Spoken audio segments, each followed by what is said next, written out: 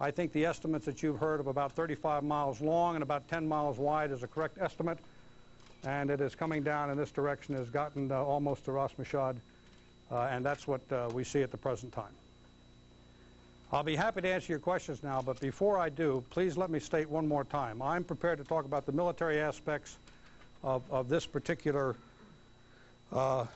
oil spill, and I'd be happy to tell you everything I know, but I got to tell you, from a technical standpoint, I do not know a great deal, and I certainly from an ecological standpoint do not know a great deal either. So please bear with me if I say I'll have to defer that question to the experts, because I can talk anything about the military aspect, but certainly not about any of the others. And I'll take the first question. Skip.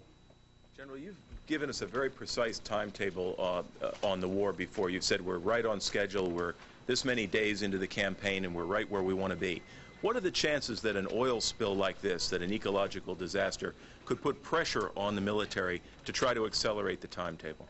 No, I don't think there's going to be any acceleration or any pressure at all. Unfortunately, war is not a clean business. Everybody's known that. If you all are not old enough to remember World War II, I'm really not either, even though I remember part of it. And I can still remember as a very, very small boy the dirty oil balls rolling up as a result of the type of action that was taking place out in the Atlantic.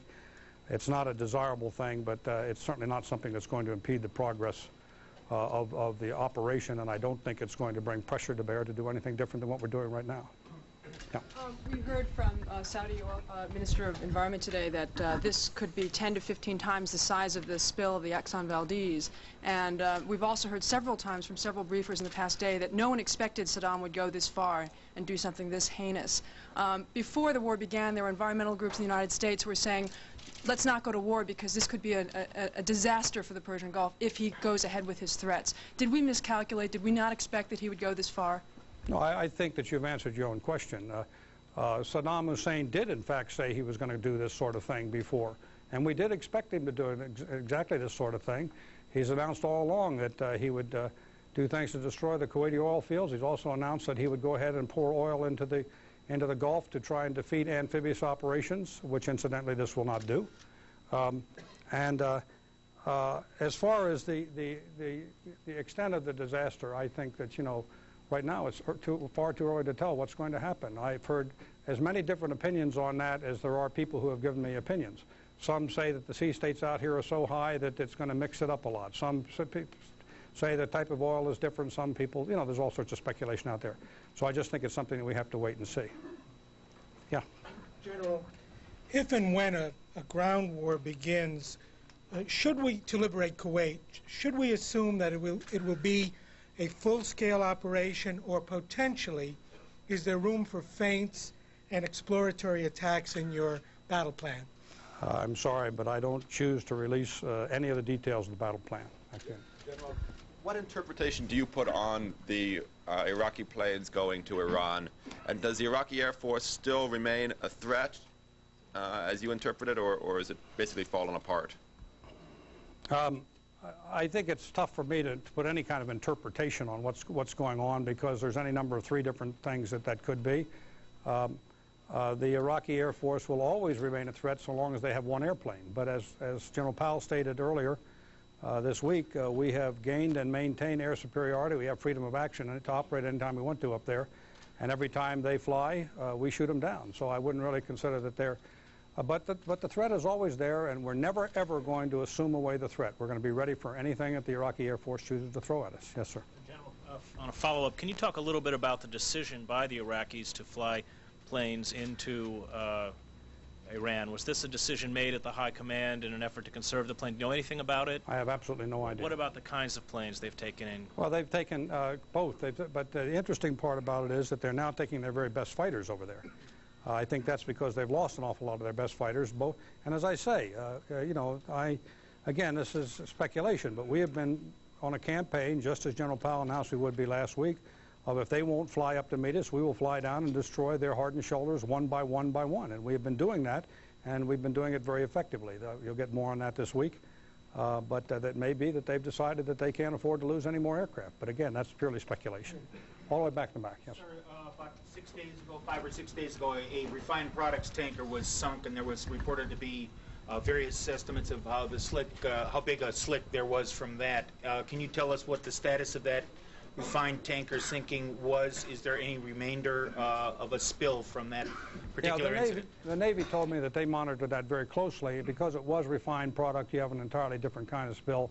And they said that, you know, it wasn't much of a spill. There was a lot of burning, of course, but not a great deal of spill. And as far as I know, there is no concern with regard to that. Can you give me a general area or us a general area where that particular incident took place? That was up in the northern part, up in this area, I believe, right in here, but I'm not absolutely sure on that. We'll get back to you.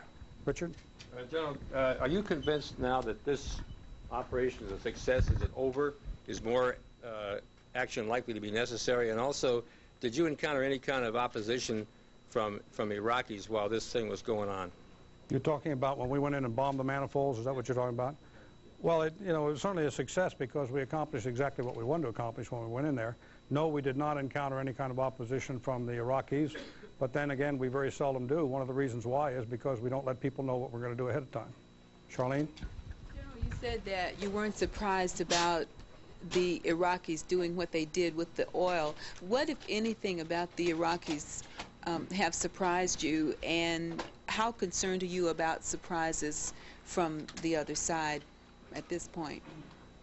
Well, the only thing that's really surprised me, as I've already stated many times about the Iraqis, is the fact that they haven't, their Air Force particularly hasn't chosen to fight, and also how easy it was to completely take out his air defense system in such a way that we have freedom of action. There are a lot of surprises out there. I and my entire staff spend most of our time trying to think of what those surprises could be so that we're ready for them. And we're going to continue to do that, and we're going to try and anticipate every move that he could possibly make. Right here, yeah. General, we received calls from people who claim to have seen Iraqi planes engaged by U.S. fighters inside Saudi airspace, perhaps as far south as Jubail or even further south than that. Can you tell us if there's any truth to that? And also, how far have the Iraqis gotten inside the coalition airspace? There's absolutely no truth to that whatsoever. And I would also tell you that they'd have to have superb eyesight given the altitude at which these engagements take place and the overhead clouds that's been out there for the last, it hasn't happened. Okay. General, are you assured that the planes going into Iran will not come back from Iran and be used against the coalition? And if you're not assured of that, are you prepared to attack those planes? I think the Iranian government has stated that they're neutral in this matter, and the Iranian government has stated that any planes from either country that come into Iran will remain there until the termination of the conflict. I think at this time we should take Iran at its word. They have consistently been supporters of the United Nations resolution, and I see no reason why we should suspect at this time that they will change. I would also say, however, that we would be absolutely not worth our salt as military people if we ignored the fact that those planes could fly back out of Iran after us, and therefore we obviously have contingencies that will take care of that situation if it were to occur. Yeah. General, you've referred today and on previous occasions to Saddam in personal terms, and you've talked about his Air Force and his forces today. Do you think Saddam is listening to your words now, and are you trying to psychologically intimidate him? I've been trying to psychologically intimidate him from long before the beginning of this conflict. I think we have pretty well predicted for Saddam Hussein exactly what would happen if he went to war against us, and he didn't choose to believe it, and I think he is... I don't know whether he knows what's going on right now. I sincerely hope he knows exactly what's going on. But I have no intention of psychologically intimidating him as much as I have of spelling out the simple facts of what's happening and what's going to go on happening. Yes, sir. So you acknowledge that Saddam does what he says he will do. He said he will use chemical weapons, all the weapons at his disposal. Are you therefore expecting him to use chemical weapons? I think that's entirely too hypothetical. I think that we should, just as we've said all along, he has a vast array of possibilities, and we should watch for those possibilities and be prepared for any of them. I don't exactly agree with you that Saddam has done everything he said he's going to do.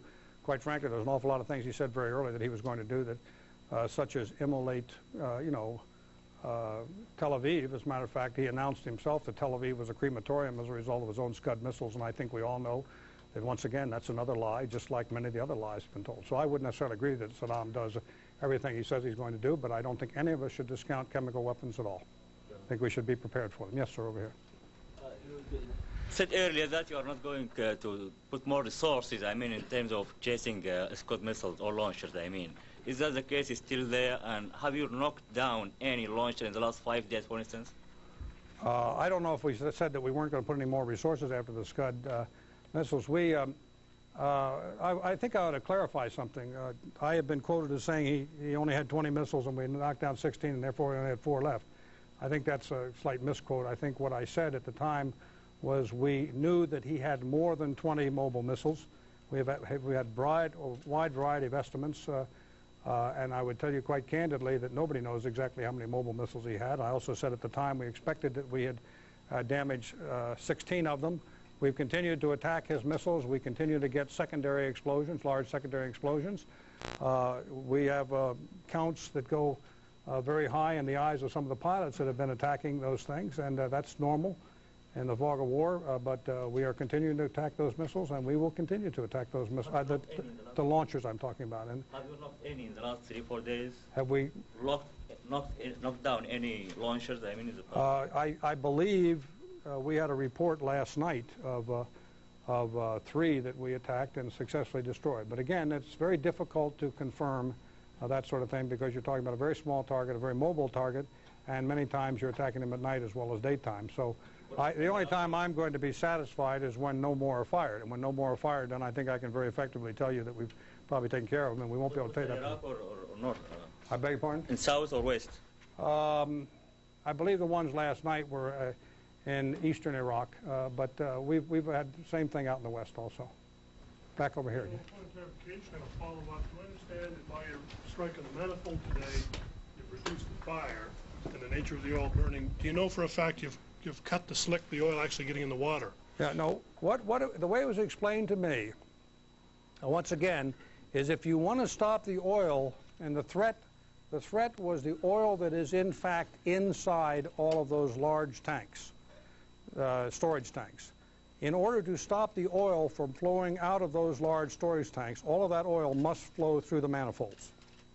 And therefore, if you destroy the manifolds, you interrupt the ability of that oil to flow through those manifolds and out into the sea. That's the way it was explained to me. Sal, you said earlier there was at least one other installation in the area, the FAO, I think they called it. You said you've expected them to do this kind of thing. Can you do anything to prevent them from doing the same thing to the other installation? I don't think there's really much you can do to prevent them from doing that. After all, they're on the ground and we're not. That's one of the reasons why we'd like to get back into Kuwait and you know, put those oil fields back in the hands of the Kuwaitis. It's entirely conceivable. Yes, sir. General, you said that you're not, the coalition forces are not in the business of destroying Kuwait, in the process of liberating it. But in a follow-up to that question, do you feel that you will be able to liberate Kuwait before the Iraqis wreck Kuwait completely?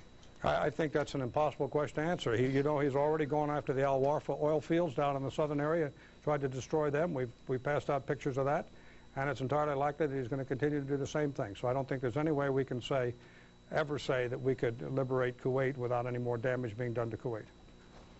General, it's being reported in the Sunday papers today, quoting people in high places in Washington, that a decision has been made that strategic bombing is not going to end this war and that a ground war is definitely going to be required.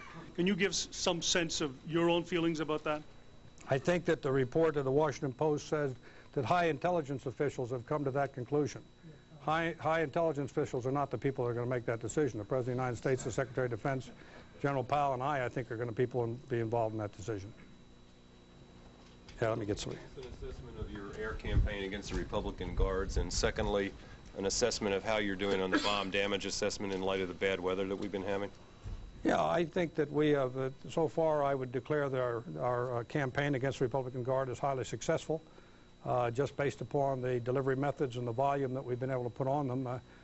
Being an infantryman, I certainly wouldn't want to be under that type of attack right now.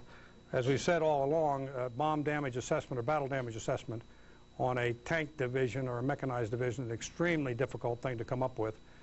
So I don't think we can give it a better assessment at the present time.